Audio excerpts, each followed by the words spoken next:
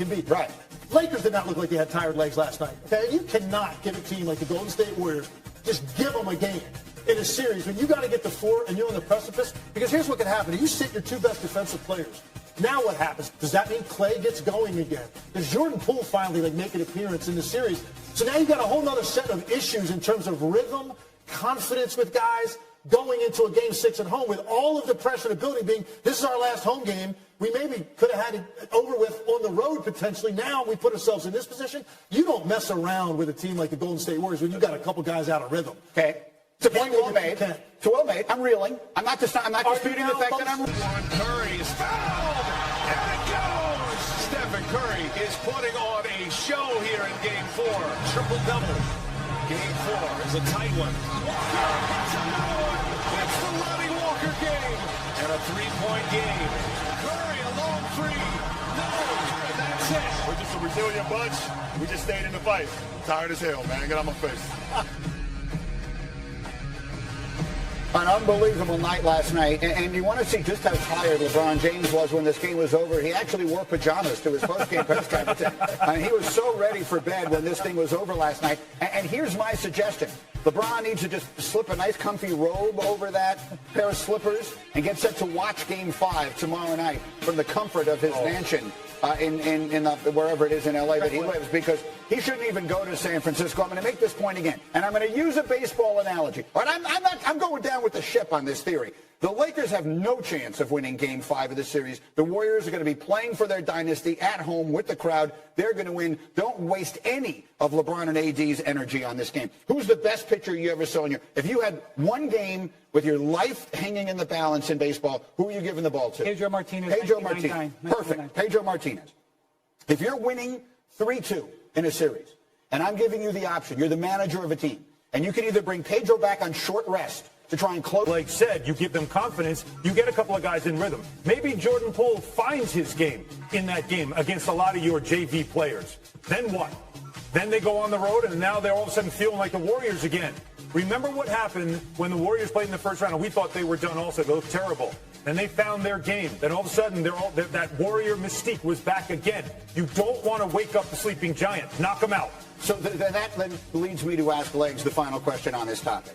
How interconnected are these games? Which is to say, how much momentum in baseball, to go all the way back to our baseball analogy. And you get the "you mad, bro" from the shooter there at the end, because that's, again, to the victors go the spoils. That's well said. You know, I want to give some love to a guy who I don't think gets a lot of it.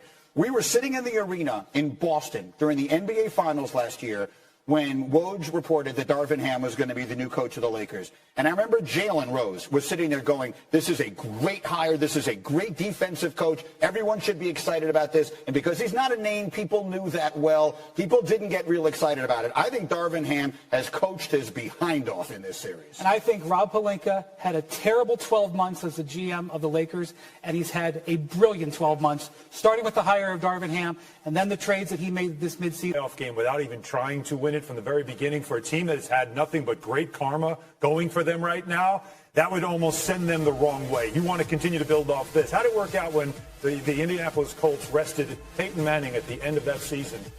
And they wound up in the Super Bowl. Well, they wanted to play the Jets, and what did the Jets do? The Jets beat them that day, but then they beat the Jets in the AFC Championship in that same year and wound up in the Super Bowl. Manning threw an interception at the end against New Orleans. They wound up losing in the Super Bowl. What they didn't do was get the 16-0 record. I understand that. And they let the Jets sneak into the playoffs. But that was not the year the Jets beat them in the playoffs. The Indianapolis wound up beating the Jets that year. Here, let me ask you this. Let me ask you this question this way.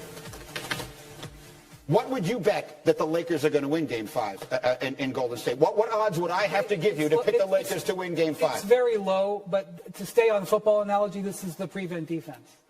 You step back. It's NBA games and series are so fragile. It's so fragile. Yeah. So here's what I'd say. I believe that the Lakers can win Game 5. You do? I don't think it's a high probability. I think they can win. And I believe that the Warriors can win the next 3.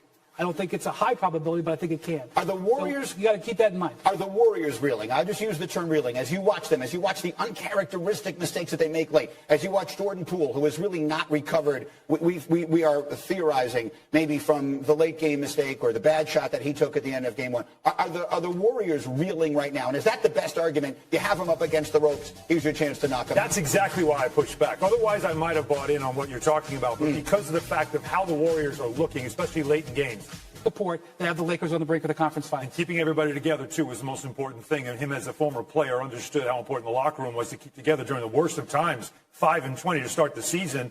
And also you hired a coach who was an experienced assistant coach who put in the time already around the league to learn and was ready for the job. All right, so now let's get to where we stand as of this moment. Let's put the graphic up there with the odds as of right now. Because the Lakers, right before the playoffs began, were 14-1 to win the championship.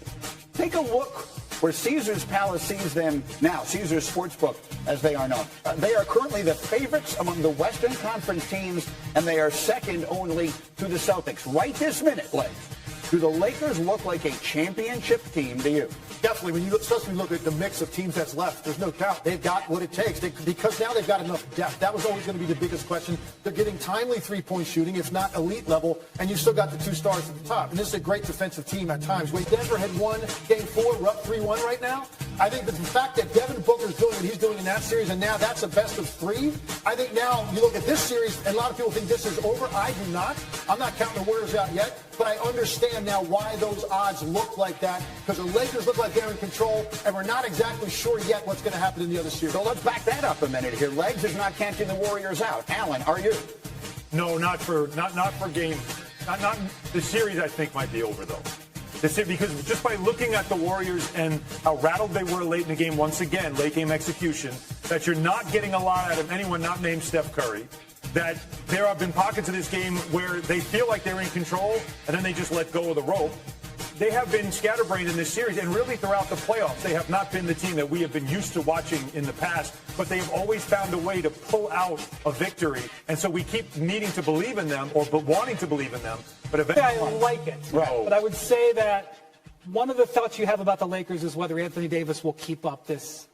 Because now he's played 2 good games in a row. Right. Now what happens? And a lot of minutes. But why do we keep asking this question? We're a month into the playoffs. Like, eventually, what we're seeing is what we're getting. I know. I just would say that don't make the mistake of thinking that the Warriors are done. Right. They're in deep, deep trouble, but so many of their mistakes that they've made are manageable if they can get past what's going on up here. There are a lot of teams down 3-1, and you know how it looks. And unfortunately, that's how I feel about the Knicks right now, right? Yeah. There's a lot. You get the series all the time, 3-1. Not this team. Not this one team. The Warriors, you You mean. discount the Golden State Warriors down 3-1 because you know what one game can do for them if a couple of guys get going and they win Game 5 convincingly.